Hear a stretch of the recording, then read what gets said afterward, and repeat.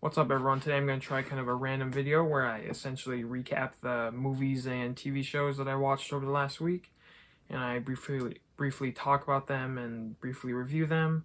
And these videos are supposed to be more casual, so you can get an idea of who I am and what type of movies and shows I watch, why I watch certain things.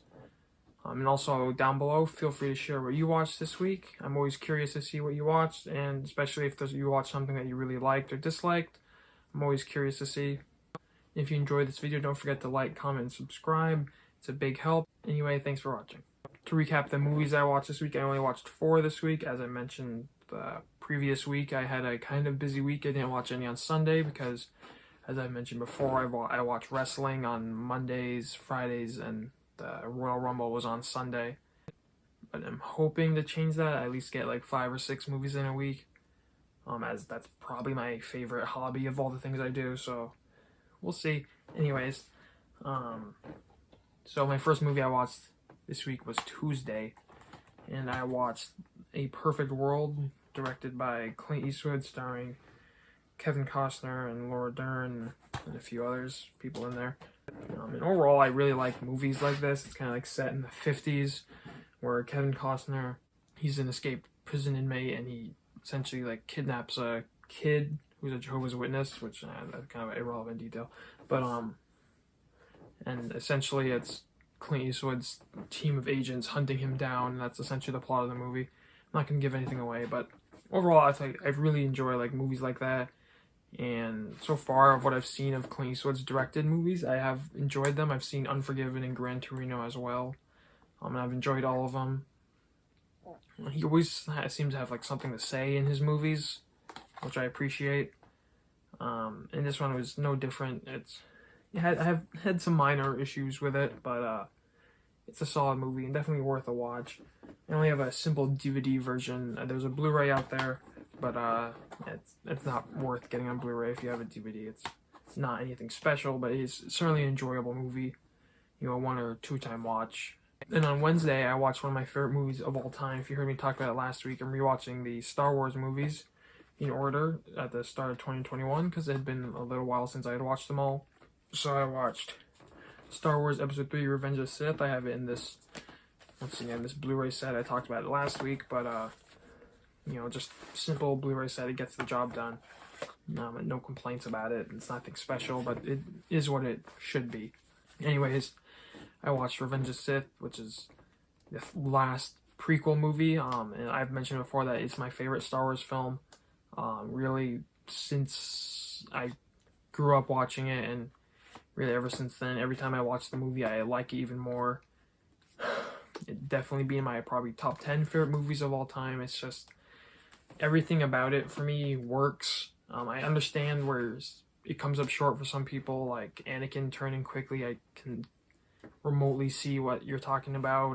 The acting at times can be choppy, but for me, it just, everything works. I love like the fallen hero story of Anakin. It's led by amazing performances from Ewan McGregor and Ian McDermott, who plays the Emperor. The lightsaber fight at the end between Anakin and Obi-Wan is hands down my favorite sword fight, if it counts as a sword fight. Hands down my favorite sword fight in movies. It's so intense, it's so emotional. And for me, the ending of this movie is by far the most like emotional I get during a movie. That'd probably only be rivaled by Lord of the Rings: Return of the King, which is probably my favorite movie of all time. But it's just such an enjoyable watch every single time.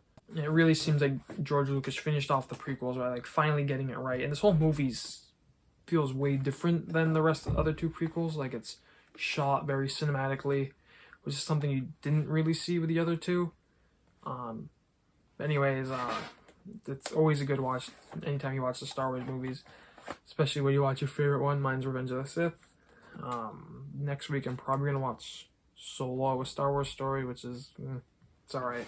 But anyways, so Thursday I watched Outside the Wire, which is a new Netflix original movie, which I did post a review on my channel for, if you want to see me talk about it more. But it's essentially like sci-fi military war movie with Anthony Mackie and another actor, I don't remember his name. But they kind of go on a mission to like stop a civil war in Europe, or stop nukes from getting launched, and a whole bunch of like twists ensue from there. And I already did review it on my channel, so I don't want to go too in depth with it, but it was alright, especially for a Netflix movie. It seems like, you know, a little better quality than your typical Netflix movie. I mentioned Anthony Mackie's a great action star, so that made it more enjoyable. But overall, it was an alright watch and a decent start for my 2021 movies. So then on Saturday, I watched The Expendables 1. I have the generic 3-pack of the movies. I've seen the first two prior to Saturday. It had been a while since I'd seen the first one, but it's actually, I really enjoyed watching it. It's very entertaining. The plot was kind of stupid and the acting is nothing crazy, but overall I did actually enjoy watching the movie. And the action and the violence is like really over the top, and there's some like really like good action kills in there. Obviously it's led by a phenomenal cast. That's like really the main thing about the Expendables movies, is just how good the cast was with them. But I really did enjoy it. I'm excited to watch the second one. I've never seen the third one, but they just keep expanding the cast and get like bigger names in there. But I love action movies, and this one was really just raw action, you know, not a lot of story going on, but it was a very enjoyable movie, a very interesting movie. Had some harsh reviews, but I'm mostly positive on it. It's what it's supposed to be, just nonsense, fun action, you know, kind of throwback to the 80s and 90s. You know, like pre-Die Hard era, so I guess that would be 88. You know, Die Hard really changed action movies, but before that they were kind of just like, you know, like nonsense action with not much story, like something like Commando would be an example. So just kind of throwback to that, and it was enjoyable. Sylvester Stallone also directed it, which was actually pretty cool. You know, nothing crazy to say about his directing ability with this one, but it's cool to see him directing a movie. So that's it for the movies I watched this week. It was a pretty solid week for movies. As I mentioned, I never in a week do I watch as many movies as I want to. But if I was to briefly talk about the shows I watched, there's only 2 shows I want to highlight. I do watch like a fair number of different shows each week, but I'm only going to highlight 2 this week. And that would be Vikings Season 6 Part 2, which, as I mentioned, I'm trying to finish it. I barely did not. I have 1 episode left, but I'm really enjoying the second half of the season. It's just, I don't know, it's shot really well. The acting's really good. The plot's intense. It's really evolving and getting to where it needs to be. I'm not sure how the show is going to end.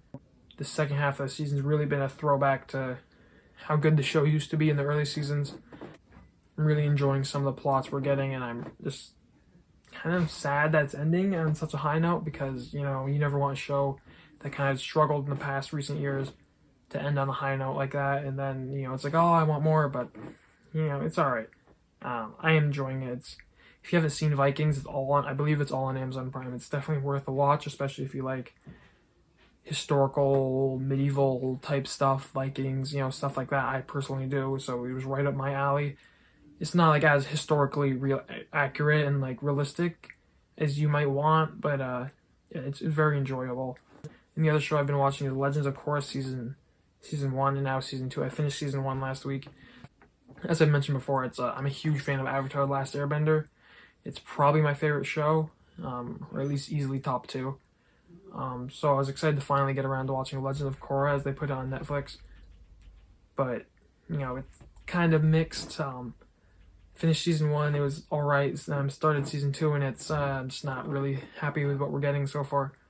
But that's alright. You know, it is what it is. It's just, you know, I'm just not happy with some of the decisions they make. I'm gonna upload a review for season 1 just because I want to talk about it. It's something that I'm really passionate about, the things they did, some of the decisions they made, and I just want to kind of discuss some of my thoughts on it. Yeah, that's what I've been watching. I also watched WandaVision, which I review on my channel, so I'm not going to go too far into that one. If you want to hear me talk about it, you can go check out that video. But that will do it for this video. I'm trying this series again out for a second week. I really hope they keep uploading this weekly. It's something I enjoy doing. I like just randomly talking about movies, briefly. I don't really have to worry about like coming up with some in-depth review of a movie. Just kind of say what I thought about it. Anyways, like I mentioned, I hope they continue the series next week.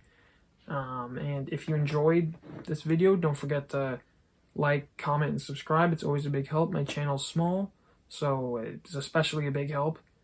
But anyways, thanks for watching. Have a great day.